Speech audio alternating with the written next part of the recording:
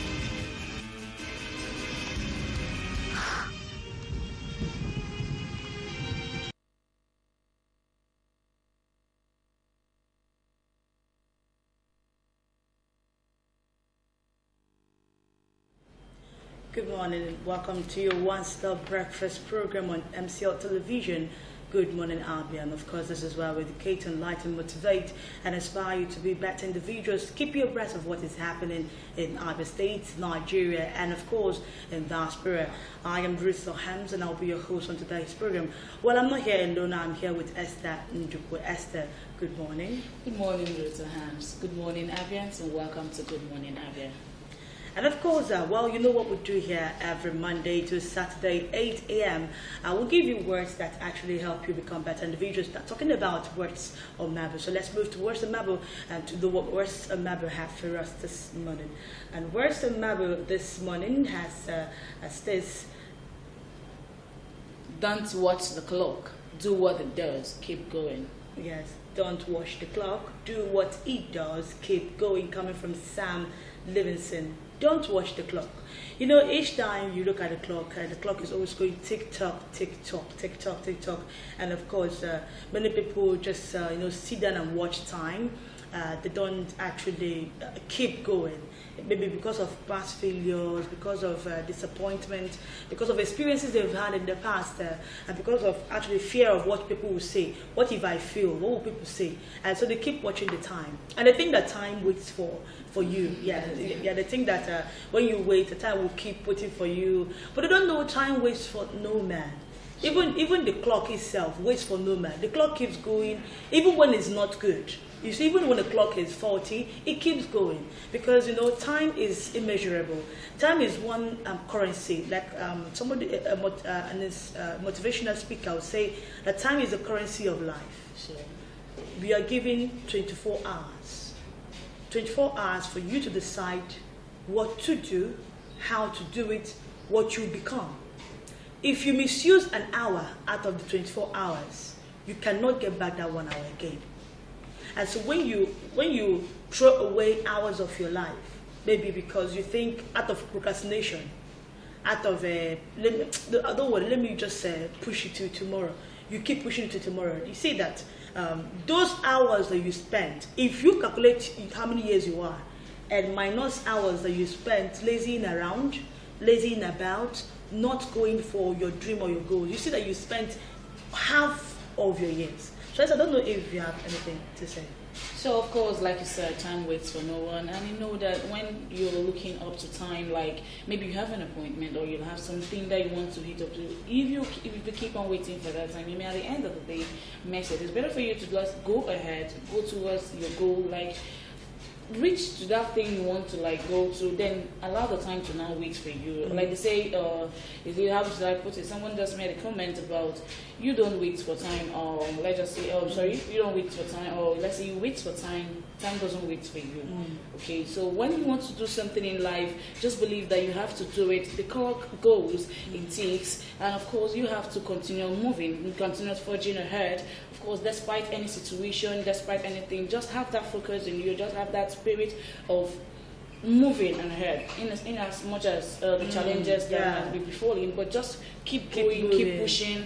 Just bear in mind that you are going to reach your destinations no matter what. Sure. You keep, even if it means crawl, keep crawling. So long as you're so going. far you're moving. It doesn't matter the pace at which you're moving. Sure. So far when you look at the point you are right now and you turn back, you see that you've made a whole lot of movement.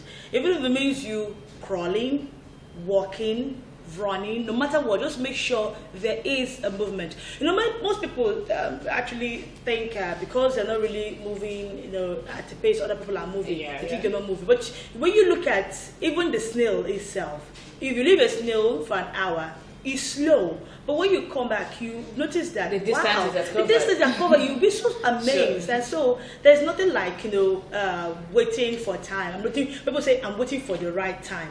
I'm looking at the time. There is no such thing as the right time. Take every time and make it right. Sure. You are what you make out of time. You see, your yesterday's is what you are today is what you the decisions you made yesterday, and your tomorrow will also be the decisions you made today. The time you made most of today.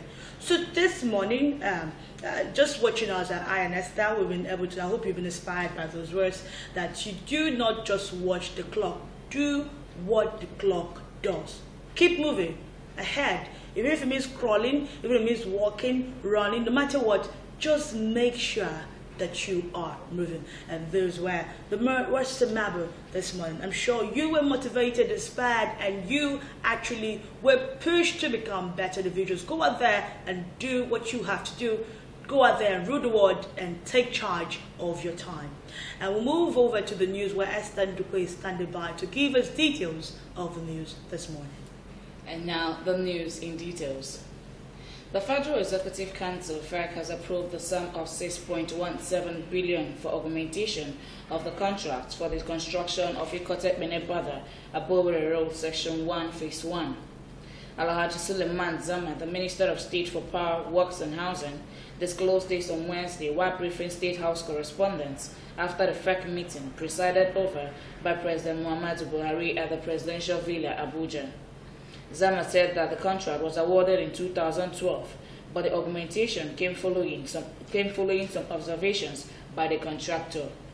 FERC has given approval for the augmentation of the contract for construction of Ikotek Benebada, Abowere Road, Section 1, Phase 1, and the length is 11.26 kilometers. The contract was awarded in 2012 to Arab contractors at the cost of 3.78 billion naira. Zama was also quoted as saying that it is a one lane, but with the augmentation now, it will be dualized.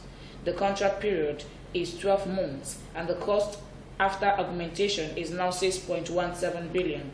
On her part, Hajia Aisha Abubakar, the Minister of Women Affairs and Social Development, said that FERC has also approved the revised estimated total cost for the completion of the Ministry of Women Affairs and Social Development headquarters in Abuja. Abubakar said that the building was initially conceived to be the National Children's Library and Resource Center, which was approved in 2006. The minister, however, said that the design was contrary to the guidelines of the Abuja Master Plan, which stipulated that the development of the Central Business District should have a minimum of 5 suspended floors. Therefore, a request for the revised estimate to redesign to comply with the FCT Master Plan was made and approved to convert it to the Ministry of Women Affairs and Social Development Headquarters was given. In the total sum of 851.6 million naira, revising the project from the initial approved of 1.79 million naira.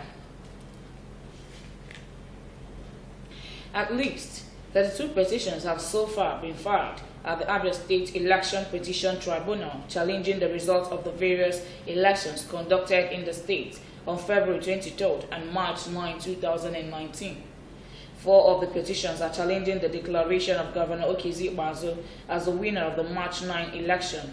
The petitions are from Alex Oti of the All Progressive Grand Alliance, ABGA, and Uche Oga of the All Progressive Congress (APC). 6 others are from Kelechi Ogbonna, the candidate of Action People's Party.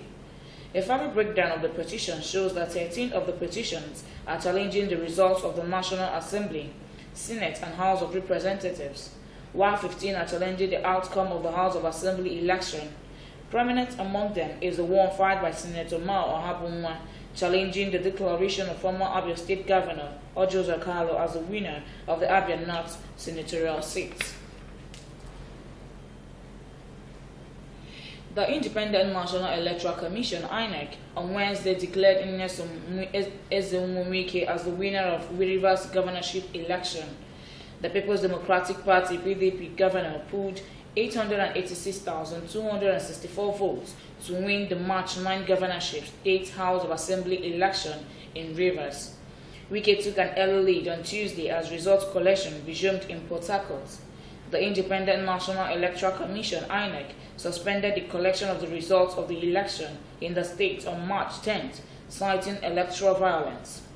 The electoral umpire also announced a schedule of activities for the resumption of the exercise, stating that collection and announcement of results will hold between April 2nd and 5th. Following the conclusion of the 2019 general elections in Nigeria, Nigerians are outlined their expectations from the senators-elect in various fora. MCL News went around town to feel the pulse of Abia residents. The report. Commission released a list of senators elected for the 9th Assembly. The delegates are voted by millions of Nigerians who came out to vote on February 23rd. Although Nigeria has 109 senators, 103 were announced by INEC in the official document and issued with a certificate of return. A cross-section of Nigerians who congratulated the senators outlined their expectations. The senators this time around, I really want them to improve mainly on their constituency projects. Because these constituency projects are really captured at the appropriation bill, and to my own observation or understanding, it does appear that most of these senators don't utilize this fund, and most of their constituency projects suffer a lot. A situation where a community cannot feel the impact of their senators after 4 years is very, very appalling. So I look forward to see the incoming senators to improve many on the area of their constituency project, and also matters of public audience important.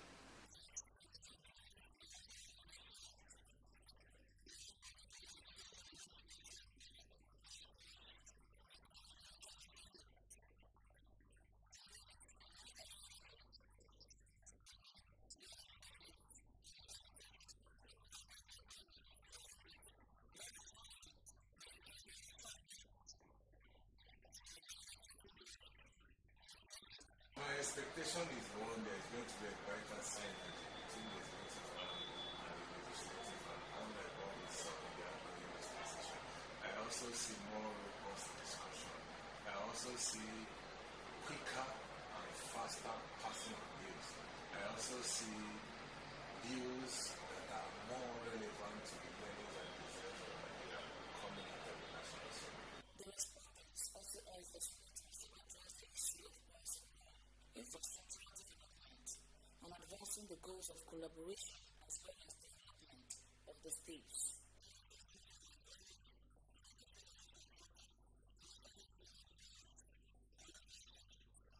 The administration is talking about SMEs, which is the best way you can create jobs. And so I subscribe that such policies will be policies that will give us jobs so that the economy will rebound. Time they will inaugurate the Senate, let them select their leaders by themselves, irrespective of party affiliation. I also advise them that they should jettison those areas that will cause more conflict between them and the executive. Because where the elephants fight is the grasses that suffer. And so they should reduce the areas of conflict between the executive and the legislature. Of the 100 senatorial seats declared so far, 6 were occupied by women. They include Aisha Dahiru, Adamawa Central, Eka Eyakemi, Akwa Ibom South, Uche Ekwunife, Anambra Central, Olusemi Tinubu of Lagos West, Rose Oko of Cross River North, and Stella Ojo of Anambra North. Esther Ndugwe, MCLtv. Guidance and counseling serves to complement the primary objectives of schools in shaping the academic discipline of students. Through all levels of educational development, guidance and counseling helps to keep beneficiaries in proper perspective of set objectives to attain success. MC All News further highlights the benefits of guidance and counseling. The report. Globally, guidance and counseling services are essential elements in academic discipline management. It is difficult for any society to function well without the exercise of discipline, the pivot of other. School guidance and counseling programs are introduced to assist students overcome the challenges they may experience in school and at home. Guidance and counseling services in schools promote social planning and programming for students with special learning needs. It helps to prepare them not only academically but also socially. Some respondents who spoke to MCL News highlight the need for guidance and counseling. Guidance counseling is a subject now in schools such that it helps to guide upcoming students on the tomorrow aspect of their education, emphasizing on choice of specialization and what they should do to get the best of their lives and the best of education. If the guidance counseling is given its appropriate orientation, I think the counselors should not have any other job outside counseling the children. The reason is that most of the students or most of the pupils do not know the reason why they have come to school. So, as professionals or as trained guidance counselors, I think their duty is to use their professional expertise to guide and direct these children, especially these days that so many children are confused with so many things that are happening around them, so many distractions. So we need the services of the counselors to guide and direct these children aright. It determines their career, choice of career, choice of subject they will take in future in the university. This is what the department is all about. Helping the children, guiding them, directing them on what to do, on the subject to choose. A lot of them would like to do medicine, a lot would like to do law because they have heard the name of law, this, that, and that. Then there are other subjects, when they are into it, they will not regret it in future. Guidance and counseling can be described as the third force in education along with instruction. Guidance programs for secondary school students are designed to address the physical, emotional, social, and other similar problems among students. Respondents call on schools to establish guidance and counseling units to help the round development of their students. Schools should try, even if it means using a teacher who is not trained, because once you read education, once you study education, guidance counseling is part of the course you studied in the university. So even if it means appointing a teacher to serve as a guidance counselor in a school, because the children that come to school, majority of them do not know the reason why they have come. Some of them are here because their parents want them to go to school. Some of them are here because their mates are in school.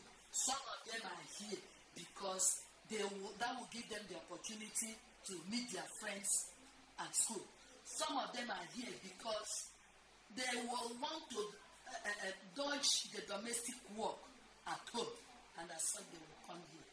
So not all of them know the reason why they have come. Everyone should QA. It's important because we learn from what's happening to other countries. We now bring them home. Like I pointed out, China today is the role model in business world, the whole world.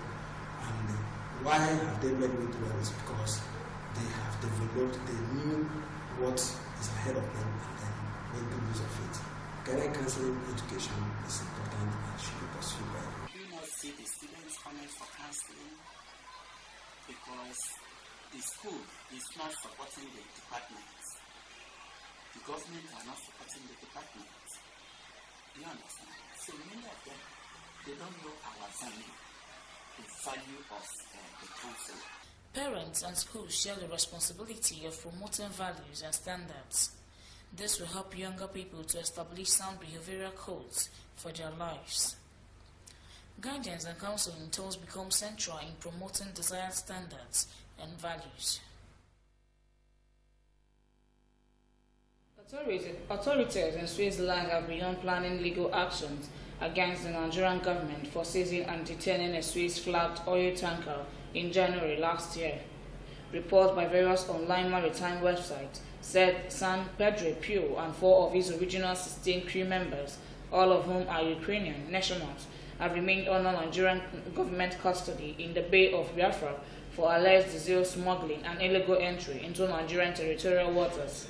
The 12 other crew members were released over a month, also following their seizure by Nigerian authorities. However, the 4 crew members who remained in the country had been reportedly enduring difficult living conditions. The Swiss Foreign Ministry said in a statement, the decision to file the case with the International Tribunal for the Law of the Sea came after diplomatic efforts by the Swiss government failed to ensure the release of the vessel and its remaining crew. The Foreign Ministry decried the seizure and subsequent detention of San Pedro Pio and its crew as a violation of international law and stated that Switzerland will exhaust all options to safeguard its interests. A report from the United Nations has revealed Nigeria as one of the 8 countries that accounted for 2/3 of the millions of people that suffered severe hunger in 53 countries last year. The Global Report on Food Crisis 2019 revealed that no fewer than 113 million people experienced high levels of food insecurity in the world's most severe food crisis in 2018. The report, which was released yesterday in Brussels, Belgium, warned that this food crisis were primarily driven by conflict and climate-related disasters. One of the key findings of the report shows that nearly 2/3 of those facing acute hunger are in just 8 countries. The other 7 countries are Afghanistan, the Democratic Republic of Congo, Ethiopia, South Sudan, Syria, and Yemen. Report says that the 8 countries accounted for 2/3 of the total number of people facing acute food insecurity, amounting to nearly 72 million people.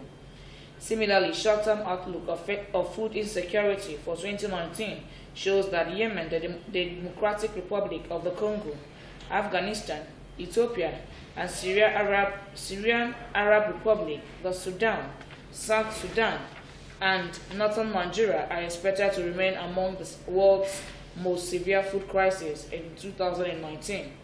Large segments of populations in most of these countries risk falling into emergency levels of acute food insecurity. The report further added in the 16 states of northern Nigeria and the Federal Capital Territory, the number of people in crisis and emergency decreased by 40% between June and August 2017 and 2018 to 5.3 million. Food and Agriculture Organization, as Director General Jose da Silva, said in spite of a slight drop in 2018 in the number of people experiencing acute food insecurity, the figure is still far too high. World Food Programme Executive Director David Basile also said, while critical to saving lives and alleviating human suffering, humanitarian assistance does not address the root causes of food crisis. With that, we've come to the end of the news on Good Morning Abia. It's back to Ruth Ham to continue with the rest of the program. Thank you very much, Esther. And we will be going on a break, and we'll come back. It will be time for newspaper review. Don't go anywhere.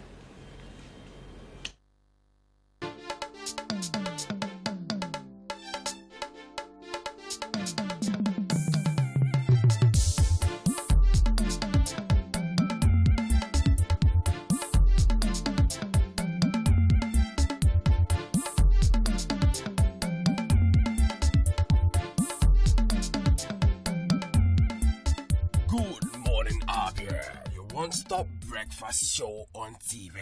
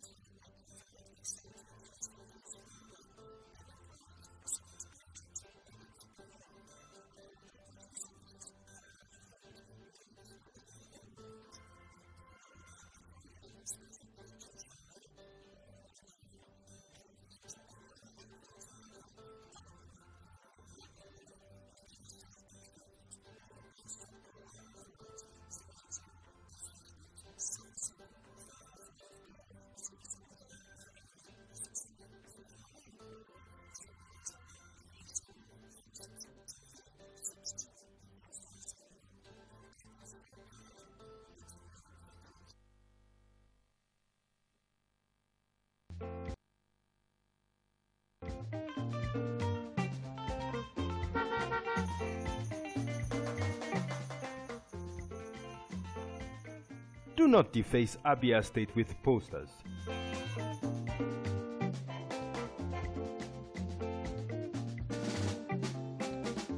Do not defecate on our streets. Do not litter Abia State.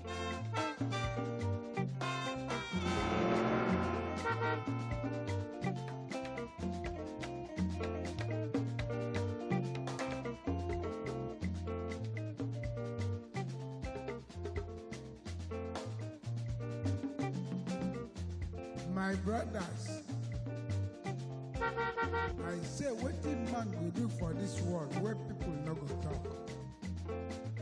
If you chop, Do not urinate in public places. you no chop, they go talk. Wetin make we do for this world? I say make we dey do the things wey we carry for heart. Na so world want am. Abi no be so? Keep Abia State clean. This message is brought to you by MCLtv.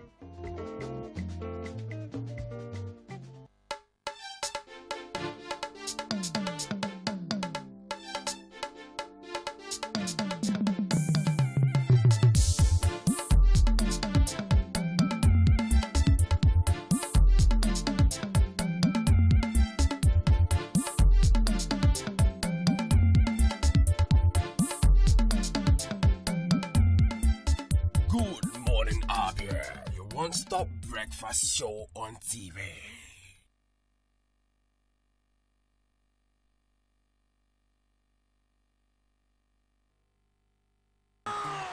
Guy, you know that yellow papa wey dey our street where we so? Wait, which one? That one where they trip for me? Now my babe now. Free me job. If you no get money, hide your face. I hide my face. Come, now me just talk like that. Guy, I be big boy. You see this TV so? You know how much I buy am? 200k, see this one. You were poor like don't show the market rat. True. Now me they call market rat. See all those Gucci and Pate where hush puppy they show for Instagram so. Now me buy am for am. Guy, you know e-money? E-money na my boy. Money where you dey spray, now me give am. See this one oh. You know that Linda Cage house for Banana Island? Now me dash her. That one a house. Maybe you know OBO Davido. That 30 billion where dey your account. Now me borrow am. Forget it. You see that snake where swallow jam money? Now me send am. Now CBN they go next. Tuale baba. Ah hello, Tuale. Where you dey? True. Bros, you just had a lie. He dey my back. Hey, what did you do?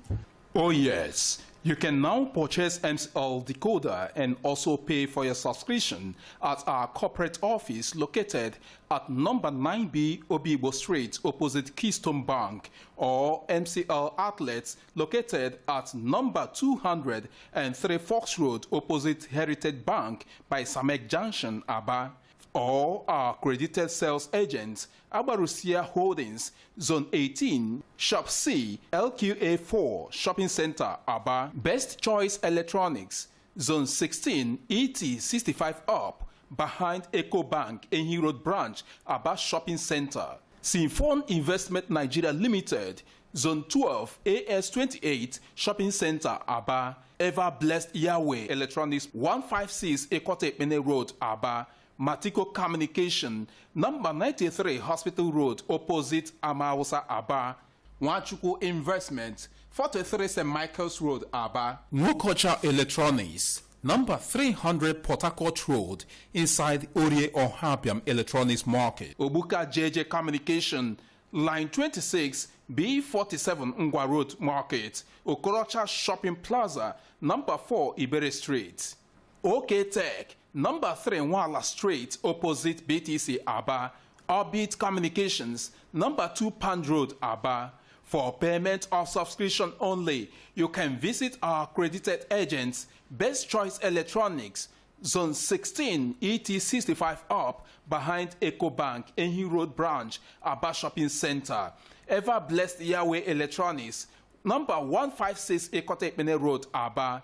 Matiko Communication, number 93 Hospital Road, opposite Amausa, Aba.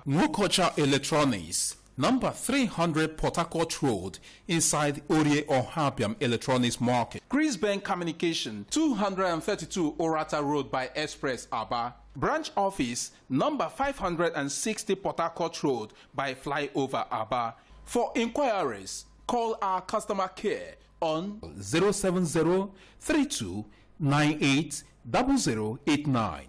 MCLtv, the world in your home.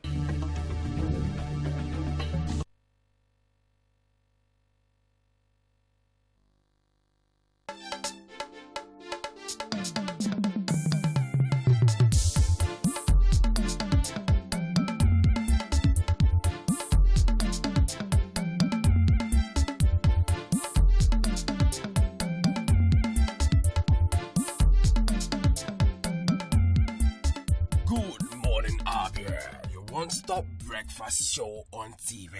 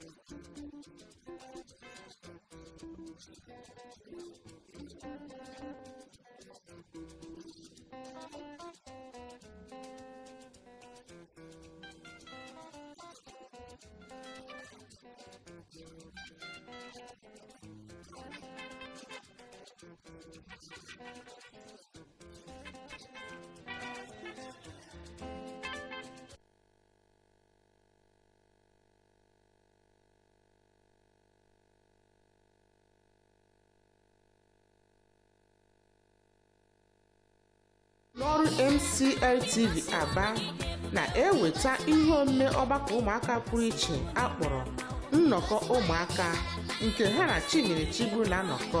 Sonyere anyị na ihe omume a dịka ụmụaka ga-egosipụta nke ha ji biri n'ịsụ asụsụ Igbo. A na-agbasa ihe omume a na MCLtv Channel 1 kwa ụbọchị Satọde niile malite n'elekere anyị 11 ruo elekere anyị 12 nke ehihie. A ga-egosigharị ya ọzọ n'ụbọchị Mọnde niile n'elekere anyị 4 nke uhuruchi.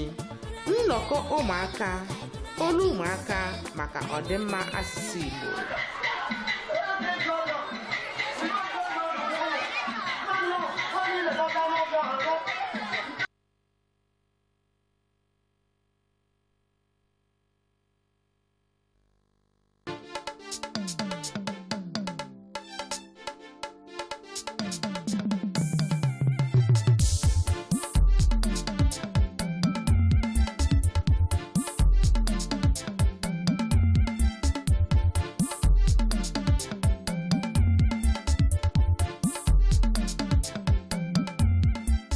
Good morning, Abia, your one-stop breakfast show on TV.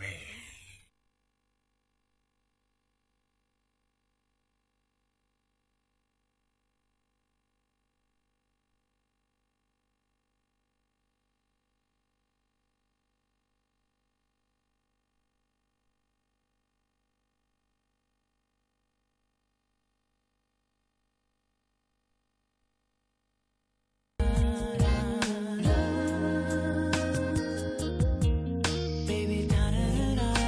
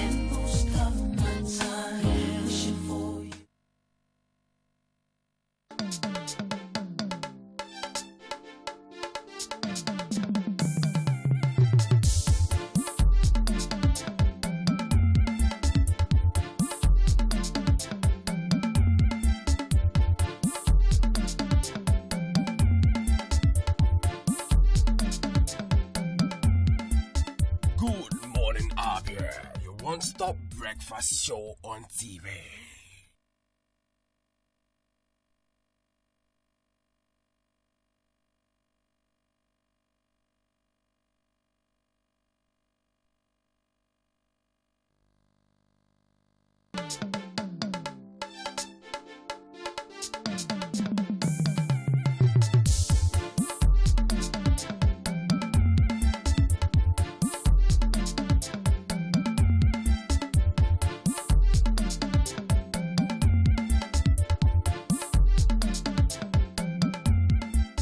Good morning, Abia, your one-stop breakfast show on TV.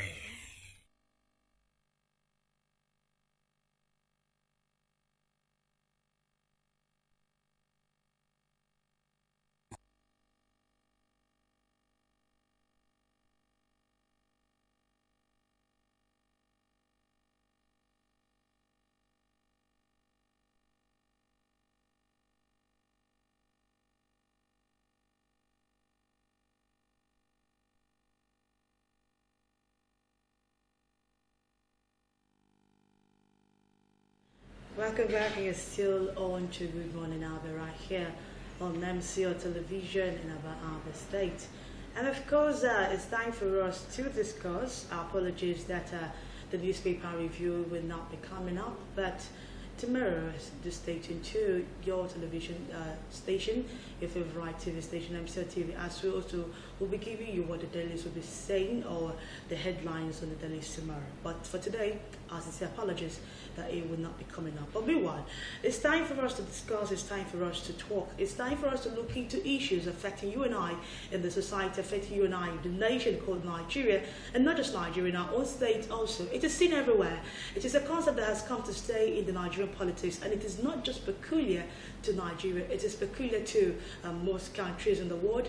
Talking about the concept of godfatherism in Nigerian politics, we've seen it play out many times when there is conflicting personal interest between godfathers and godsons, and sometimes the godfatherism goes wrong, it plays out wrong. Some people actually point fingers at the godfathers while some fall out with their godsons. And so we'll be talking about godfatherism, the concept in Nigerian politics. And I have with me two public analysts who will be looking at this issue and dissecting it and analyzing it critically.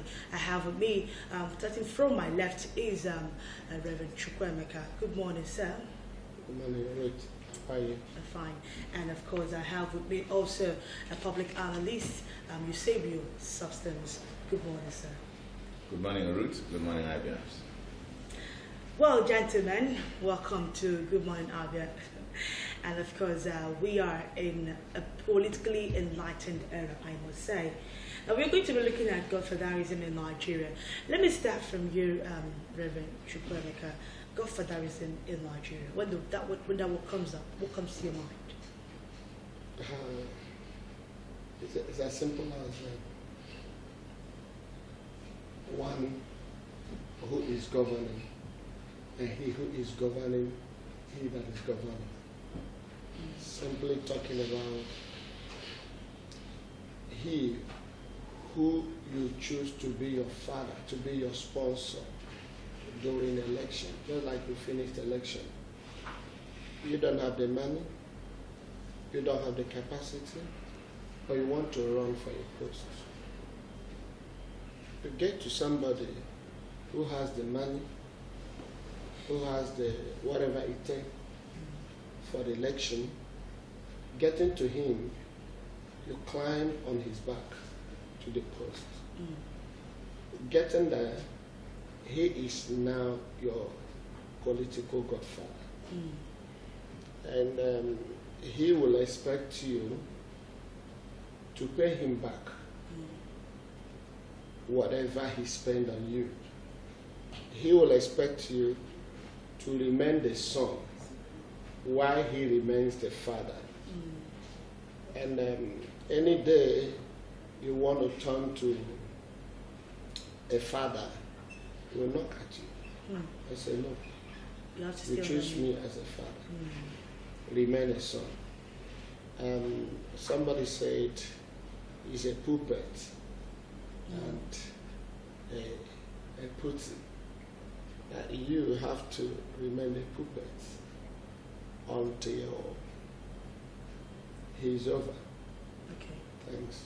All right, so you said your substance. When the word comes, I'll go for that reason. Yeah, we know someone who wants to aspire for a post doesn't have the money, doesn't have the capability or the capacity to influence some people to vote for you. But when the word for that reason comes up, what actually comes to your mind?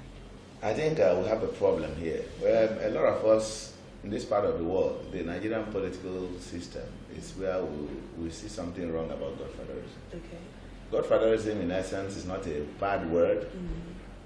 If we start from our childhood days, when we were going to be baptized, we have a godfather or a godmother who, in essence, are supposed to be a kind of shepherd, who are supposed to be a kind of mentor, who are supposed to build us up to help us live the good life, give us guidance, as well as with our parents to achieve our goals in life. In other climes, that's why I get worried about. I always tell you that when we were talking about having independence in Nigeria, this kind of society we have today, it makes people like us who carried the independence flag in 1960 and the COP, we cry because it's not the kind of country we're looking for. Godfatherism in other climes is that a man could have his resources, he's a businessman, like in America. The Koch family is trying to sponsor candidates in Australia because they have business interests in Australia. So that when these people go into parliament, they will provide, legislations that will help their businesses to thrive. You are not asking the man you are his godfather to bring the resources of the state and give to you, so that the money you have invested, you have to go and take the resources of the state or the resources of Nigeria and then be given to him. No, that's not what godfatherism is meant to be. Okay. Godfatherism is to anybody who's meant to be a godfather, is to have the passion, the patriotism of his state, the patriotism of his country. Are you understanding? In order to do what? To make you, he sees you as a candidate, a man that has the qualities that could serve the interest of the people. He'll be there to guide you.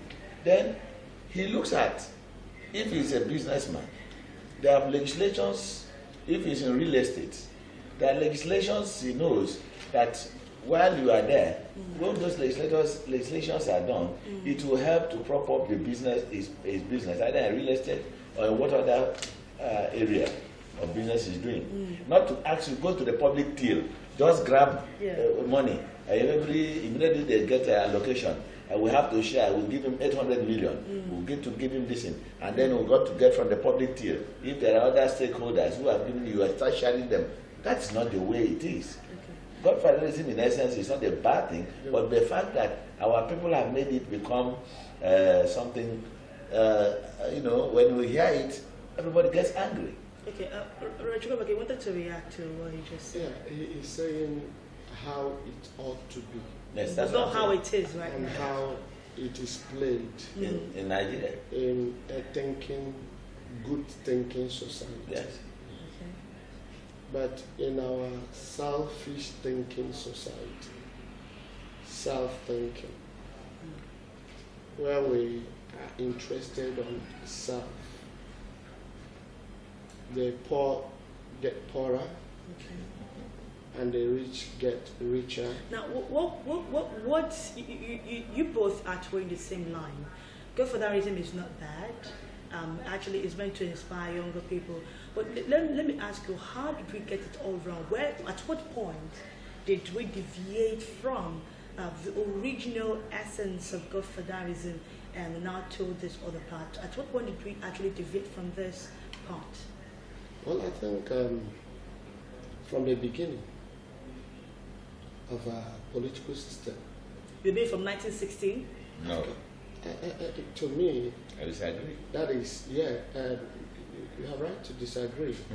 When Britain become our godfather, and the essence of them being godfather is our oil and one other self-interest, their interest. in as much as somebody will protect their interests, not minding what the society is suffering, is good to go. Okay. So looking at this, a few time ago, some of us watched what happened in Nigeria. A lot of people few men were accused of incompetence in health, in reasoning, and every other thing. Yet, our political godfather supported, in as much as such person will protect their interests. So, being that the people who follow suit discover that it is a selfish game. Okay. They follow. Okay. Get to something like Lagos. Why are one or two persons the godfather? So that particular share of allocation will be theirs. So you're trying to say even from the beginning, the foundation of Nigeria, that's what we got it all wrong. Of course. From the British. That is my own perspective. Your own perspective. Of this. Okay. So he said he disagreed. So let's say you save your substance.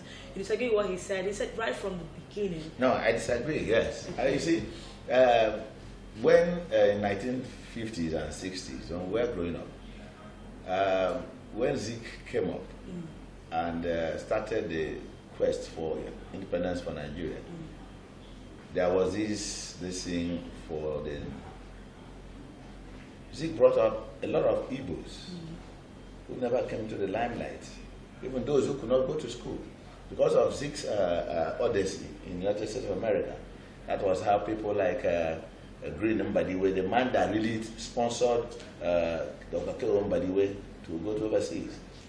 Green Mbadiwe was already a tin and gold miner in the northern region. Okay, he had money. People like Akweke Orizu, the then Senate president, they all went to Columbia University and others. Okay, Zeke's odyssey in the US brought a lot of things into Africa. That was how Nkrumah went to Lincoln University. Okay, Nkrumah of Ghana. So a lot of them were inspired. And when he came back here, the political trajectory meant that he brought out a lot of young people, Dr. Mayokbara, Amazen Joku, and all that. Ururuka from Mungwa, them who came back from United States, from Dublin University, where he read law, Dr. Dodoma, who later became the Chief Justice of Uganda. These are people who came back. As Mtimbo, the late Mtimbo, at the age of 20-something, was the Nigerian High Commissioner in Britain. They were not going there. He did not bring them up that as the godfather, that they will be returning money for him, just like what is happening today. Okay. It was a cause of bringing a movement to make sure people become right. The issue of the latest group of godfatherism is such that they are now become greedy. At what point? Yes, after the deviation started after the war. Okay. After the Civil War. Yes, he talked about the man in Lagos. Okay. Which all of us know his name and what he's doing. He's answering Godfather. As far as I'm concerned, it's nothing. Because a Godfather is somebody that has an open heart. You don't come and steal from the public till what belongs to everybody. So what did you say after the Civil War? At what point is that? What did you say after the Civil War? After the Civil War, the kind of leaders we had, or people who had resources to empower people, we are now thinking about what am I getting from the people. We are not talking about what good am I doing to society. Okay. If you are talking about the good you are going to do for your society, the state, okay, let's take up this other one. A person who has become a senator, a member of the House of Representatives, a governor, is already a godfather, am I right? Okay. In reality, in quotes, it's a godfather. Now, resources comes to him. He could decide, I want to make sure that every child in the whole of my state or my constituency that is prepared, that is on the verge of having school start, WAEC, NECO exams. Because many of them, their parents don't even have the money to pay. You offset it. Altruism on a very high scale. Tomorrow, those children will always remember you. People will talk about you. You understand what I'm saying? But our level of godfatherism in politics here is, yes, let's push it in there. If sometimes they go and bring, take you to a shrine where you go to swear one thing or the other, that immediately you go there, immediately you get a location, they are going to have 80%, or that the whole of you have to give them the number of commissioners they have to be appointed. They have to decide. He has to decide who he appoints as the chief of staff and all that. Sorry, sir. Let me ask. What caused the Civil War? The Civil War. The Civil War was caused as a result, not because of godfatherism. Was it marginalization? No, the Civil War was caused as a result of nepotism. Okay. That's number one. Then, to your view. Yes, I'm coming. Yes, nepotism and greed. But the essence. Listen, I'm coming. I am coming. The real Civil War, the real thing that caused the Nigerian Civil War, was the aftermath of the January 15 coup. Let us tell ourselves the home truth for once. Okay. What led to the Civil War was the aftermath of the January 15 coup. The January 15 coup was a pan-Nigerian coup, army coup. Hear me, because people come and say a lot of things.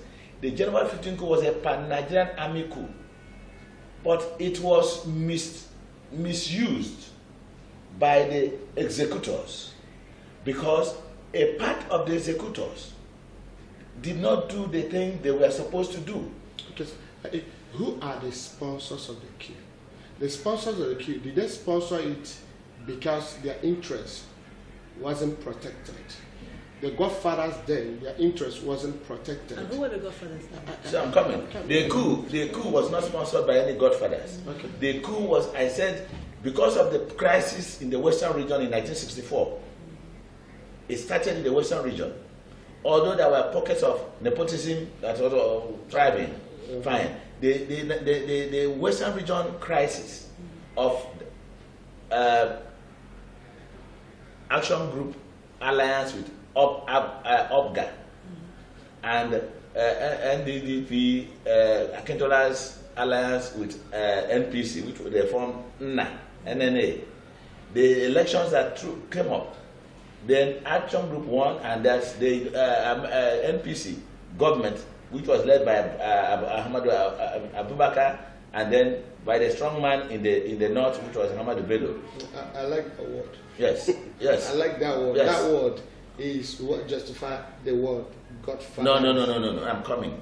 So the Yorubas saw that the election was won, but it was thwarted, that there's a crisis. The army, which is a pan-Nigerian army, like I continue to say, Nigerian army. Yes, decided that we have to take away this political system. I want to quote the word of Cardinal Zobo. Okay. He said, these 10%ers, okay, we have to take them away in order to revive and get a new Nigeria. Okay? But in the execution, some of the officers who did the execution became one-sided. Start seeing themselves as, I am from this part of the world, I'm from this part, which is not supposed to be. You understand? It's just like I am. I'm not trying to praise myself. I see every human being, wherever you come from, as my brother. I don't believe in this interest of, this is my blood brother and that. No. Okay. I treat you the way you are. Okay, let's move on to. So that was what led to this. The coup. So to you, what do you think led to the coup? Because he's saying that it all stemmed from the army. Some had this, affiliation with you're my brother, you're my sister. And killed one side of the people. Yeah. Their own people were not killed. This is what led to it. Well, that's what he said. Okay. We know that there's one saying that said Igbo. Okay. But we also believe there are some tribes who have somebody who tells them what they will do. Okay. And those people that tells them what they will do, tells them whom to vote and whom not to vote. Okay. And those people are the political godfathers, which also influenced some of the people who are called to execute the coup. And they have to go one side in the protection of the interests of the godfathers. You mean that the army also was involved? We said the army, the army that were to execute the coup, protected the interests of the godfather, the people behind the screen. Okay. They protected their interests, and it is protection of interests of who is behind you or who take you up is godfathers, which we are talking. The interest of he that is behind you. Before anybody climbed to any post or to anything, there's somebody behind, there's somebody who pushed you there. And his interest, our problem is management of the interest of that person, your interest and the interest of the governor, I assume it is a governor, the interest of the governor and the interest of the... Now, let's look at it. If the interest of the godfather, don't you think it to actually clash with the rule of law and democracy in Nigeria, since the rule of law is all about the people? Democracy is government by the people, for the people, and by the people also. Don't you think that godfatherism would actually clash with democracy, which is what Nigeria is actually operating? And don't you think it has this way of suppressing democracy in Nigeria? Yes, that is the introduction of separatism we are seeing in Nigeria. Okay. In the judiciary, there are laws for the rich and there are laws for the poor. In everything, separatism. Separation of powers, yeah. Let's not call it separation of power. Let's call it separatism. What I mean is, as it is now, there is a person who is privileged to commit a crime and go free with a crime. Okay. Because of his position to he that is governor. Okay. Now, and there is somebody who will do the same thing and die for it. If you go there, you see that the interests of the godfather must be protected. You know that some people are caught with arms in Nigeria and they will go free. Some will commit any crime and go free. The police will catch them. The police will hear just a phone call from social office to say, please, is my boy. I was opportune one day to be at the police station. A boy was there and he committed a crime as alleged. A man came to the police station. I was with the DPO. The man told the DPO, we are using this guy for election. He is my boy. Let him go. The DPO accepted. I said, Pastor, see what we are seeing. I was mad. I was shouting on the man. I keep shouting until the DPO couldn't bear it. He has to pick the boy back. That's good. I was shouting, who are you? I will deal with you. I said, don't worry. Dying for justice is good. Okay. Then, that is what we are seeing in the society. There is a law for the godfather and a law for the non-godfather. That's what I mean by separatism we are seeing in the society. And this, what I mean, the society whose right has been tramped on now bring action that synchronize with the cheating or the injustice they are receiving. We now say the society is bad. Because the symptom of the evil is within the rulers. The cause of the evil is within the rulers. And you are now looking at the who are suffering the heat, who are crying. You're not telling them don't cry. It's just what we have in the society. Thank you. All right. So you see the substance. I'll throw the question. I'll ask you the question I asked Reverend Chukwemeka. Don't you think that this godfatherism, the way it is being played out anyway in Nigerian politics, is suppressing the rule of law processes, due processes, and of course democracy in Nigeria? I think myself and Reverend are not a distant post on the issues we're addressing. He accepts that true godfatherism was meant to be statesmanlike and a kind of altruism, a kind of patriotism to your country and to your state. And whatever you are doing, you are trying to build up society. But what is happening in our country, like he believes and I believe, is that the so-called godfathers are greedy, selfish. If I'm to use any other word we could say, they are plunderers in our society. Breeders of hoodlums. Of brothers of hoodlums and evil. Because, like the experience he said, I thank God he was able to stand, because if I were there, I would react as well, you know me. Because the way he reacted made the man to return back, the DPO to go and get the guy back. Because that's the kind of society we are having. Hoodlums are all over the place. They breed them for their selfish ends. And then evil tries because good men keep quiet. Nigerians, we are suffering what we are suffering today because all of us have become docile. This is the worst scenario of Nigerians I've ever seen. Okay. I'm sorry to tell you. Everybody is docile, things are done, elections are manipulated, elections are rigged, and nobody questions it. I asked a question that day you saw me here. I was asking. Abraham asked God, if we can find 50 men, will you spare Sodom and Gomorrah? If we can find 20, will we spare Sodom and Gomorrah? 10. If we can spare 10, if we can find 5, if we can find 1, then I now ask the question, does it mean in this country called Nigeria that we don't have 10 men of conscience that can speak out for the people, that can say what is happening? Was there any election in this country? No, okay, so look at it. The people are just looking at it that way. The government is not looking at the way it's affecting the economy. Okay. Because there are people that are meant to pay tax. Yes. And there are people that must not pay tax. The big men don't pay taxes. Take example. The plate number. Plate number. Most of the cars, you see a particular man, a big man, maybe a government official, or one of the political, whatever. He will have 20 cars. And in that 20 cars, one government plate number. Yeah.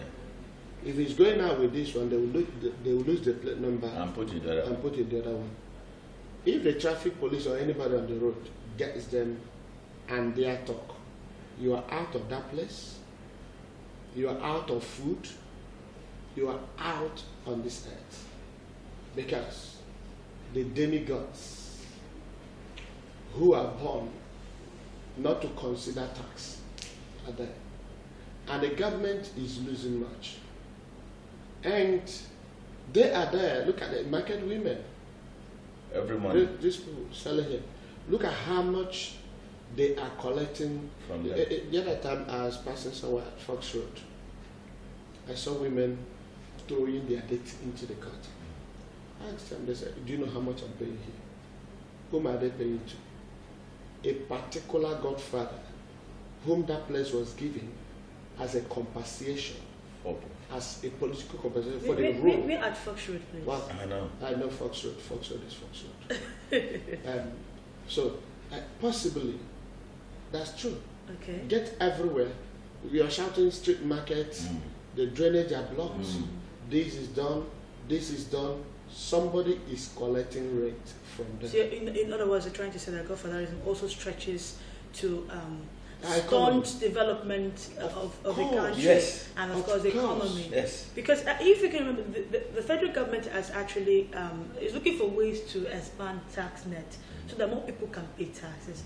Don't you think that the government may be trying its best, but individuals and various parastatals are actually the ones perpetrating this, and not not in essence the godfather? Do you think a tax collector would dare a company that belongs to a godfather? Why will he dare it? Do he want to lose his just a phone call? Or his life? He will lose the job. Or even his life. Because his interest is protected as long as he remains a demigod. There are people, you don't lose their plate number, no matter where they park their car. They only need to call, and they'll tell them, go inside the town and see what I'm talking about. Even if you lose their plate number, they will come there and say, do you want to lose your job now? Give it to me. You will give it to them immediately. And in so doing, the guy, the tax collector, who got the plate number, will see him to when I say, oh, gosh, Sean, sir, give your boy anything. And the other man, they say, give your boy anything. Knowing too well that the society is like this, they are now responding to what the society is all about. So godfatherism is one of the problems of our economy. It's one of the breed of society evil we are seeing today. It is a hindrance to development. No, there are some streets you don't touch because the godfather is there. You don't touch that street. You don't do anything. Something happened in a particular estate in Abia. Godfather builded houses at a drainage. And some people are afraid to touch the house. You can't touch it. You can't touch it. And if you ever come as an investor in this society or in this state, and the godfather is not happy with you, or you are not doing as the godfather says, he will bring the hand of the government against you. And before you know what is happening, that house is marked for demolition and it's gone. There are evidences here and there. There are evidences here. So godfatherism is the breed of poverty. All right, viewers at home, well, the phone line will be on for you to call us and tell us your contribution and reaction to the topic we have been discussing, godfatherism in Nigeria. Well, it's not just peculiar to Nigeria. We hear the terminology godfatherism in politics across the globe. But we're looking at godfatherism in Nigeria, peculiar to the Nigerian political system. And what we have to do to actually participate on the program is to call the phone line on the screen 081-7745-7728 and be a guest also or participate on the program. So you said be a substance. And let's bring it down to Abia State. Let's bring it down to Abia State. Yes, we're staying in Abia State. You're always talking about Abia State. I'm talking about the society. We stay in the society, but we stay in Abia State. There's something I want to start with. There's one I want to share with you. You are the ones called the youths. Am I right? Yes. We'll get to the youth. The future of Nigeria. We'll get to the youth. We'll get to that because there was a bill that was future leaders. Not future leaders. Look at the future leaders of Nigeria. They're not too young to run bill. Let's we'll get to that. You save your substance. Hello. Yes. Good morning. Hello. Good morning. Welcome to the program. Your name and where you're calling us from. Okay. Oh, Father, good morning. Good morning, sir. Good morning. Morning, Father. Please, is the president once more trying to recap the idea of godfatherism in Nigerian politics? Because of the harm it has done to them. Oh, yes. It is that it has already used to fight down with Christian leaders. The issue of Christian, you all know about Christian leaders. And in the time of Ibadan, the godfatherism.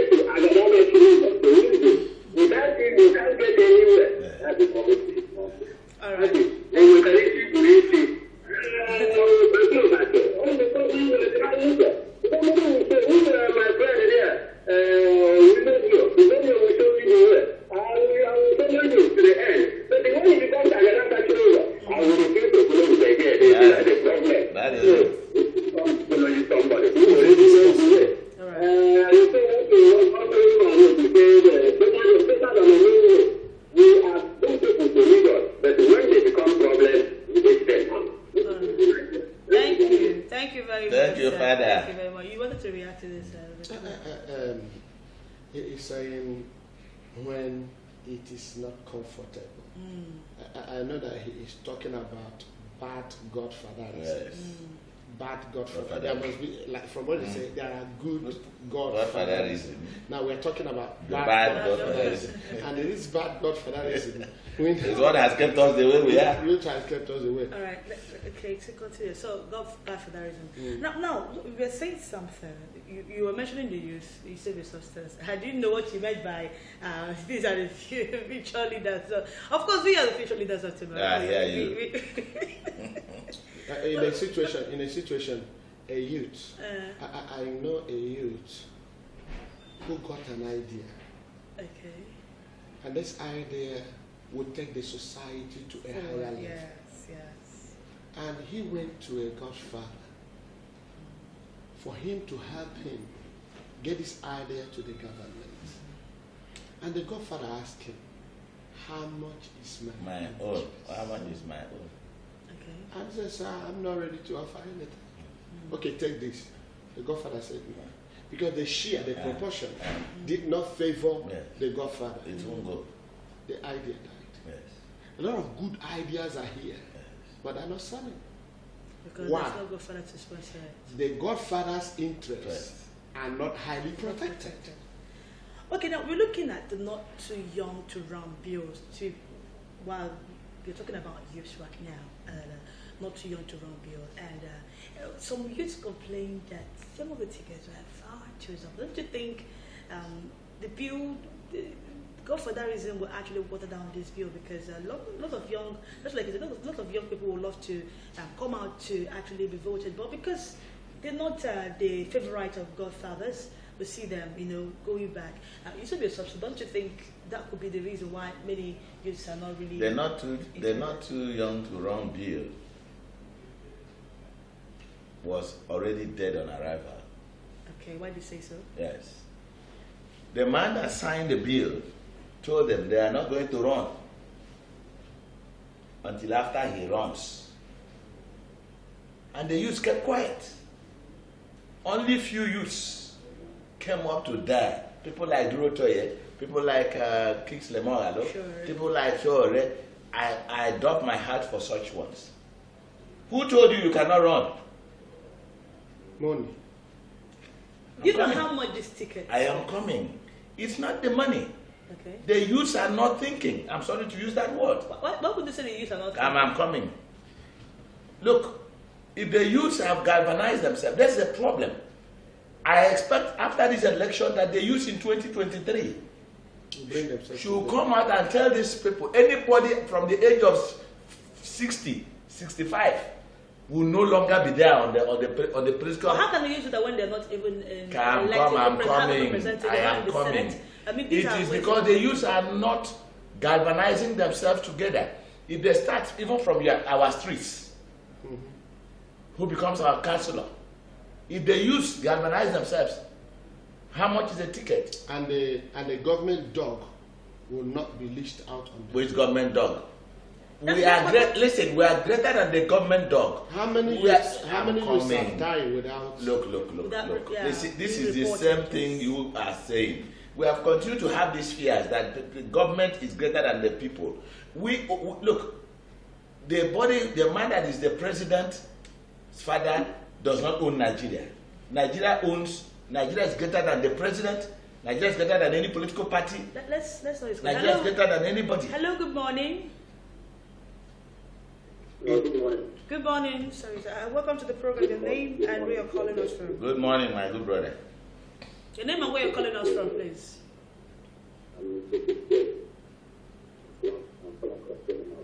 Okay, so let's hear your contribution. Chat, please, I'll speak up. About the godfatherism. All right, go for that. Okay, sir. Godfatherism is everywhere here in Nigeria. Nobody in political arena. Even in schools. Even in churches. Yes. It's everywhere. Yes. So not only in politics. Yes. Or in government. Even in church. Imagine where a particular man in church will stabilize all the affairs of the church. He will put a motion in the church. tribalism. But I thank God for this 2019 election. Many people, many Nigerian youth have rise. Look at what is happening. For instance, let's look at Imo State. Let's look at Rivers State, where a particular political party is not accepted. Look at what is happening. We don't got priority. Where I think a political party is not accepted in election, but they want to replace sponsor and align with another political party. Look at what is happening with state, for instance. Where somebody is in government wants to impose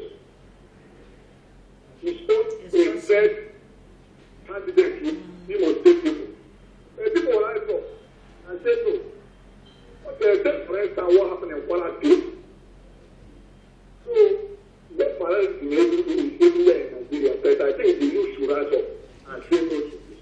Thank you very much. Thank you. Thank you sir. very much. I can see you shaking your head right here. From what the guy is saying, if you hear him well, the same godfathers are hiding under the youth. Okay. In Imo State. Okay. These godfathers are having the youth, if I will use a theological language, in their cage, in their bondage. And when the youth appear, you think it's a youth that appear. It's just the face of a youth, but the hand the voice of the of an old man. But that's why I came in. I told you that the youths are the ones that are problem. Yes. They are not thinking. I say if in a road, in a street, and we say we want a councillor in this street, and the youths come together, galvanize themselves together. They say, okay, how much is the money to pay? If you can be contributing 100 naira amongst themselves, they can be prepared to bring up a candidate amongst themselves. What of the women? The women are more in number in Nigeria. What stops the women having a woman president in Nigeria? The men, including me and all of us, we have failed this nation.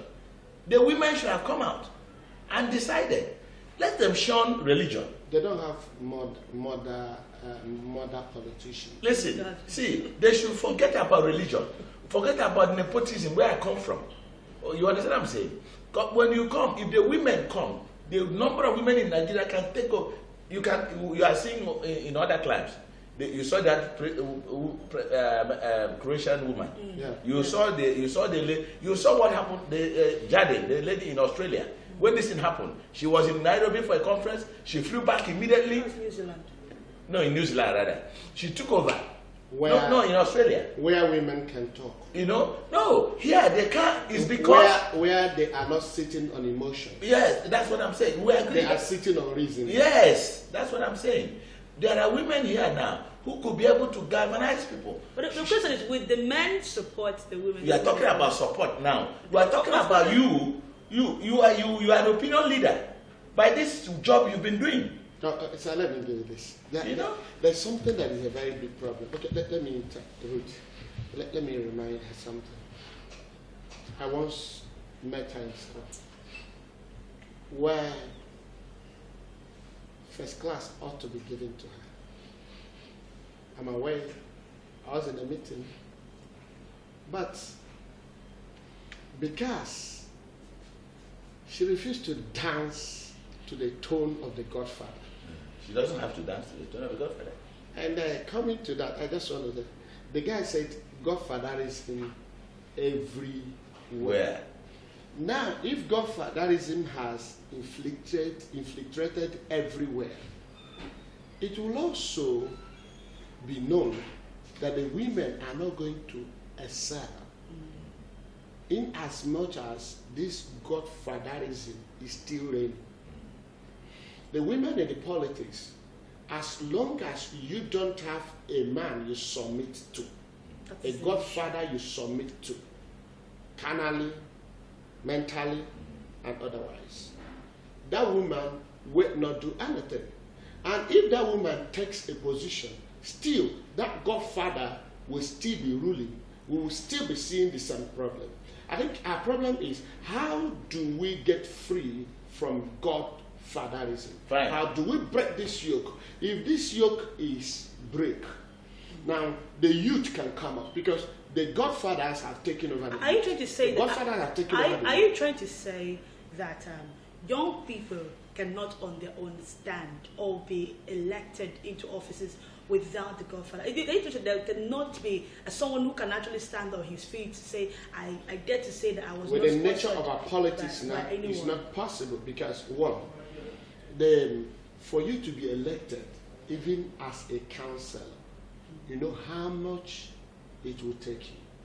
And these youths you are talking about are jobless, they're hungry, they cannot raise money, they cannot access loan. It's not possible to access loan.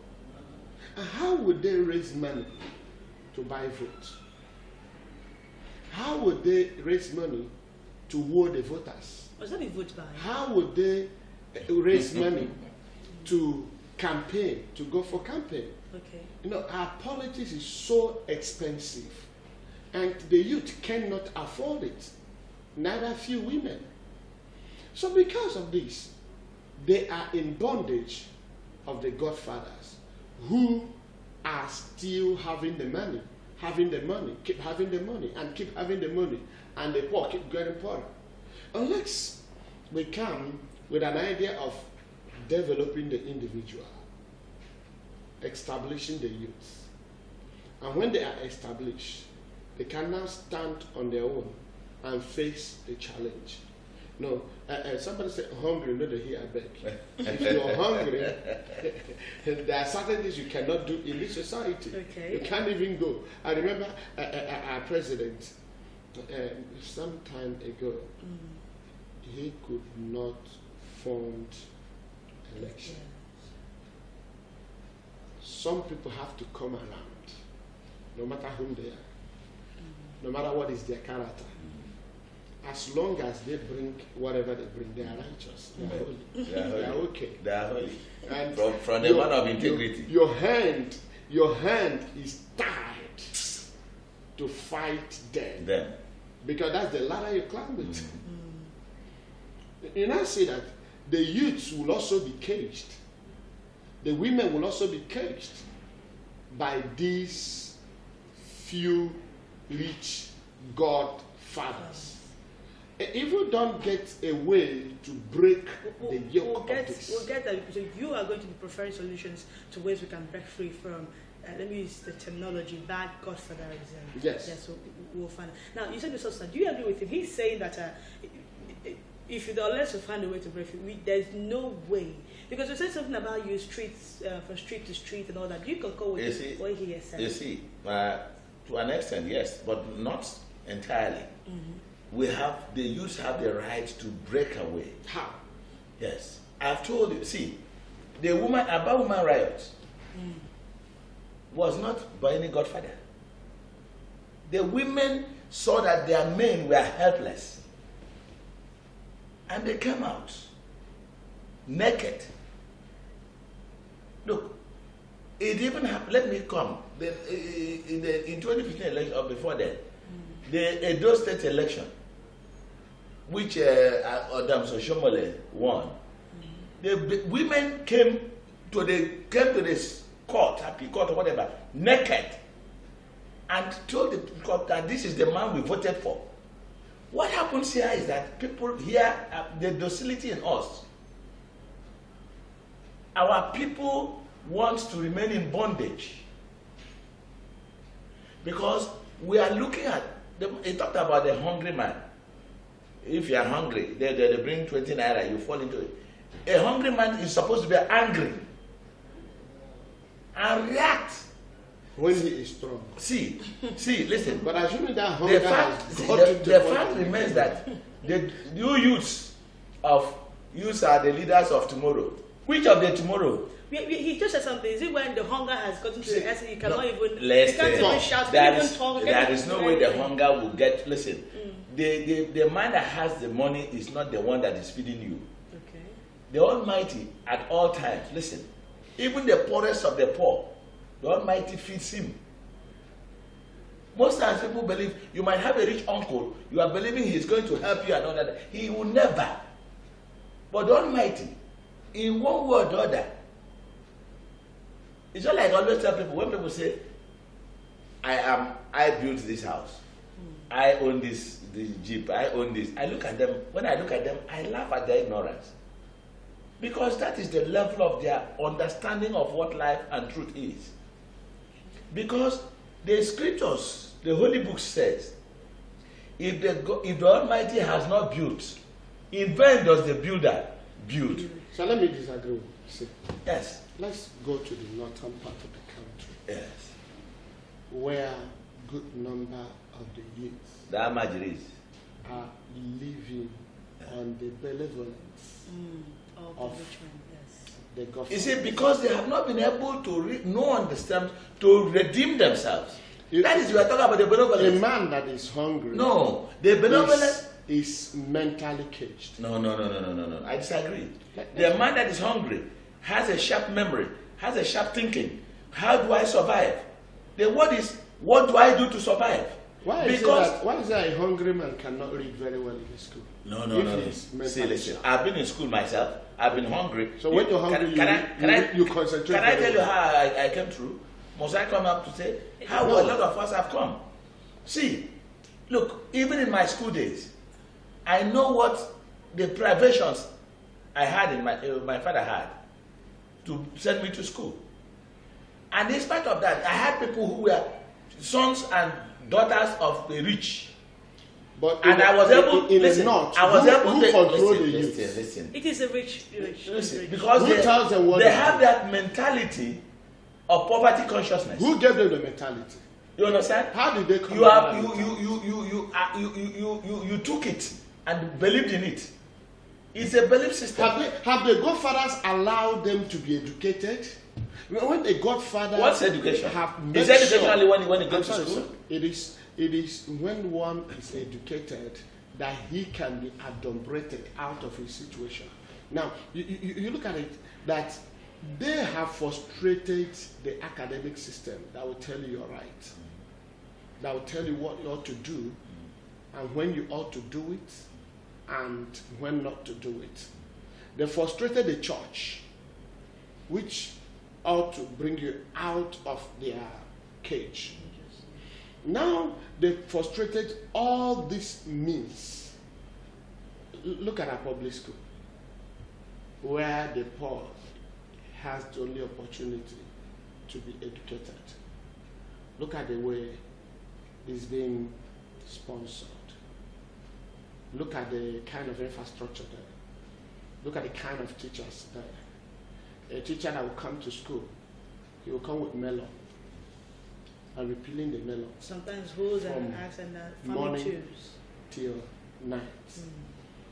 Whether you are learning, you're not learning, it's not his business. Whether you're educated or you're not educated, it's not their business. Are you saying this thing now are happening in our schools?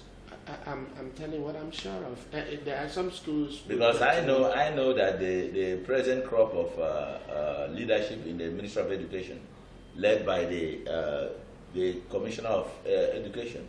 In Abia State. In Abia State. I'm starting. That's the transformation we are getting. But yes, have you seen some schools in Abia State? Look, I'm coming. In the public school I'm talking. In the public school in Abia State, have you seen some that? Oh, okay. I would never allow my child to go to private school. Because I found out that I didn't go to private school. I went to public schools and I throughout my primary school days. And when we go to contest with those who went to for these 4 years, can you see? We beat them. We beat them in classes. We beat them in education. We beat them in exams and everything. We beat them in quiz. So the issue is, what happens in the private schools is that when they come, they gather the children because you are paying a lot of school fees. Nobody fails. Okay, so gentlemen, when they go through we're not here to talk about public and what I'm talking is the godfathers have frustrated all system where the youth ought to be educated. The youth know. Okay, gentlemen. The question break away from them. The question is. Do you know we are talking about educating gentlemen. A man who cannot get a fuel, okay. Can he watch what let's gentlemen, let's please order. And the question is, we've talked about the problem. The question now is, how do we break ourselves free, just like you said, from godfatherism? Now, he's trying to say that these godfathers control every system. of the economy. The economy, they control every sector of in Nigeria. Now, even if the youths are to contribute, like you said, 100 naira, understand? These companies will also look for a way to frustrate the plans of these youths. No, now, because you accept the them question to now frustrate is, their plans. how do we break free? Now, you are talking, youths are watching you. Fine. People are being enlightened by this program. to. Now, how do we, now give us practical steps. The practical not just steps theoretical steps. I'm Practical talking about steps practical on how to break steps. free Practical from steps. this particular Listen, problem. let me give you an instance. Okay. When I was in my school, in secondary school, Exeter High School, I was a senior president of the school, football captain, guest prefect, sports prefect, president of Exeter High School. Okay. I led a strike, and I knew what I was going to face. As a prefect of a school, we are supposed to have been part of the school authorities. Am I right? Yes. Certain things were happening in our what do you call it? The kitchen, and all that. And I felt it was wrong. I reported to my principal. May so rest in peace. Emeka Nwu's father. Okay. He said he was going to look into it. The thing continued. I reported the second time. The thing continued. I came to the third time. Bring it back to our So I'm coming. Now, I decided to call the youths. We are going to go on strike. Okay. The strike happened. And what happened? I was called to the principal's office. I was told, the late Imebu, who was the vice principal, said, Eusebio, no matter what you have attained for this institution, what God has used you to do for our institution, if we find that you did, we'll send you out of school. Okay. I told him, I am ready to face the consequences of whatever has happened. So when he started, he said, state your case. Emeka Nwu's father, may so rest in peace, a man that is a Christian that knows the truth. I asked him, on such and such a date, did I report what was happening in the kitchen to you? The whole staff were there. He said yes. On such and such a date again, did I come for the second time? He said yes. On such and such a date time did I come? The vice principal said, Mr. Principal, you mean your senior prefect reported this? You did not even tell any of us to go into this matter. You said, you are discharged and acquitted. My students carried me up all over the place. So what am I trying to say? Yes. See, the youths, like I said, from the streets, where you stay, you start having your meetings, coming together in the zones, in the wards. It is time for us to take what belongs to us. Because this question of promises, the youth are the leaders of tomorrow. We've had it many million years ago. The leaders of tomorrow, the leaders of tomorrow. In a country like Nigeria, where a 70-something, 80 to 90-year-old man is ruling us, it's a shame. In other countries, no such people now want them to come into power.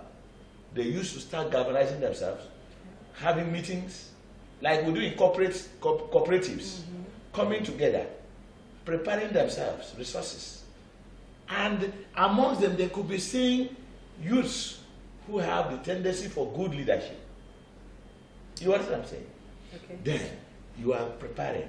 When the time for elections are coming, you muzzle up yourself. This is our candidate. This is where we are going. If the so-called people that have their money bags come, collect the money. It is not their money. It is our commonwealth. It's our commonwealth. Let's let this call before we continue. Please reduce the volume of your TV set. Good morning. Welcome to the program. We can hear you. Good morning. Welcome. Your name. Go ahead. Yeah, my name is Darlington. All right. I'm calling from Fox Road. It's a pleasure. Let's hear your contribution, Darlington. I want to thank you so much for your courage and contribution. It's not as if the youth are not willing and can't do anything concerning what's happening in the country. Let me tell you the truth. We are in a state of anarchy. The moment people gather and start contributing, the moment they start having meetings, before you know it, the town one group or the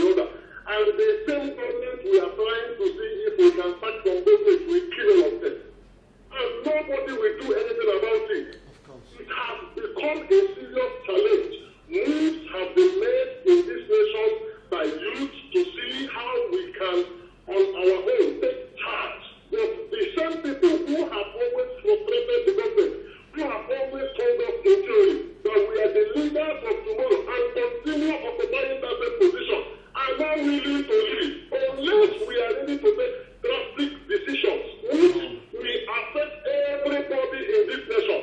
Nothing can happen. And then the use of military and police is another one that I don't know how we can eradicate that one. Government has used the military to intimidate everybody.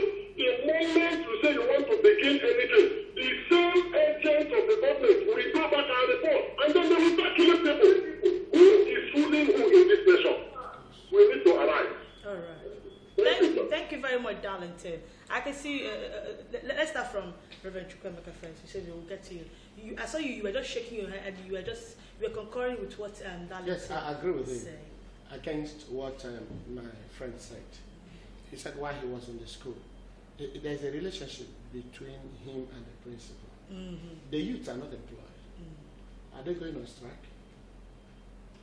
For who?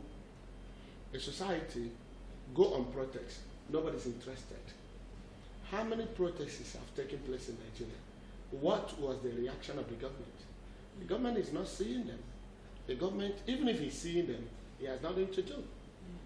Chief Justice of Nigeria, was there protest? What happened? After every protest, what happened? A country where a youth will be watching football and will be shot dead with a gun bought with his father's tax. He's shot dead and nothing will happen. A society like this, what do? Only one thing. There's a means of information. You have your little handset. Begin to give information. Educate the people. Get them know their rights. A man who do not know his right do not know what to choose. How can you choose a life to live when you are in the bandwagon? All you have to do is to follow the bandwagon. Before one of the philosophers said, before you come to the age of either or, before you come to the age of either or, you must be free from the allegory in the market. And when you are in the marketplace, following everything, it is important that somebody who wants you to be free must educate you, teach you what options are. And when he teach you options, you now choose. And when you are choosing, you not know that when you're choosing a responsibility at the same time. Now, he is telling us, make a choice.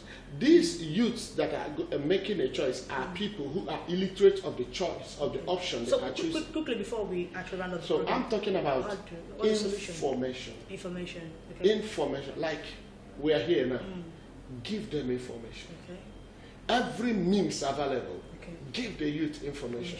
The youth are mad of information. Every youth is having his Android. Every youth is having his answers. They spread the news.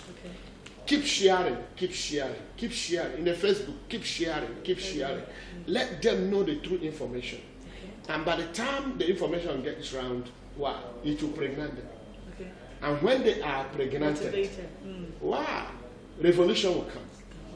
You can't call out somebody for a revolution when he is not well informed. Let's inform them. Now, you said, finally, before we round up the program, please, your last words and how do we break through the solution, the way forward? You are talking about information. Information is not only through the Android or whatever. A lot of youth don't have it. What is the problem is that our youth don't study, our youth don't read. Our youths don't even listen to news. Because they don't listen. Our youths are out there talking about the way to get it. Everybody look at the fast lane. You know. Because it's only the people who got the money that are running the society. If you don't have the money, that is not the way we were brought up. That's why people like us we are the way we are. Your opinions does not move me. It doesn't mean anything to me. All right, so gentlemen, let the youth go back, study, read, listen to news. Many of them don't even know what happens around their environment. They just move about like that. Music. Now, then the next one you see, they will tell you Lampard has been sold for 50 million. And this because Naira Bet is selling. Because that's the only way you can. The employment. They should that's go the back employment. and study and Youth be empowerment. prepare themselves, equip themselves knowledgeably, Okay. and become aware. They can wrestle this thing from the people that are holding us in bondage. Okay. Thank you very much, gentlemen. Thank you very much, Reverend Chukwuemeka. And of course, thank you, Save Your Substance, for once again answering our call. And of course, being with me right here on the program. Well, that's the much we can take on the discussion segment. But up next is Sports with Jonah RJ. But that'll be after the break. Don't go anywhere.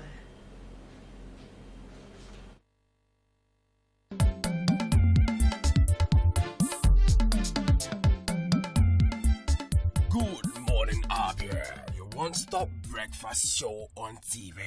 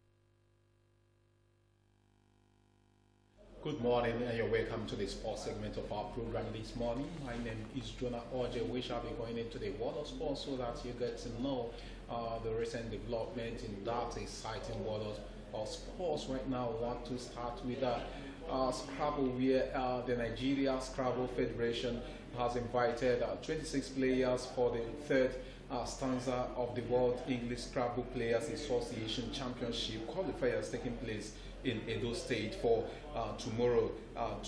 from tomorrow to April 8. According to the Scrabble Federation, the championship tagged Scrabble Meet Season 2 Series 3 is organized by the Nigeria Scrabble Federation in conjunction with Edo State Scrabble Association under the auspices of Edo State Sports Commission.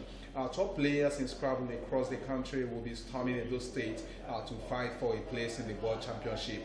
Speaking with pressmen yesterday, National Scrabble coach Prince Anthony Kolo assured that the best players will make the final cut to India World Championship this year.